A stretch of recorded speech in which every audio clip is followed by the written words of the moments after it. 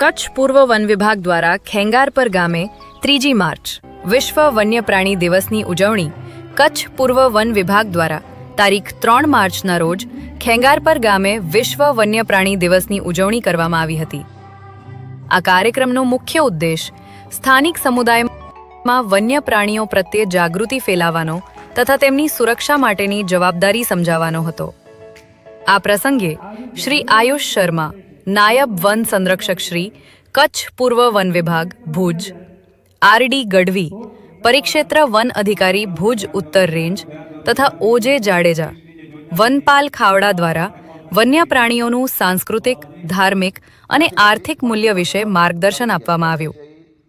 તેઓએ ભારતના બંધારણના અનુચ્છેદોમાં નાગરિકોની વન્ય પ્રાણી સંરક્ષણ સંબંધિત ફરજો તથા વન્ય પ્રાણી સંરક્ષણ અધિનિયમ હેઠળની કાનૂની જોગવાઈઓ અંગે વિગતવાર માહિતી આપી.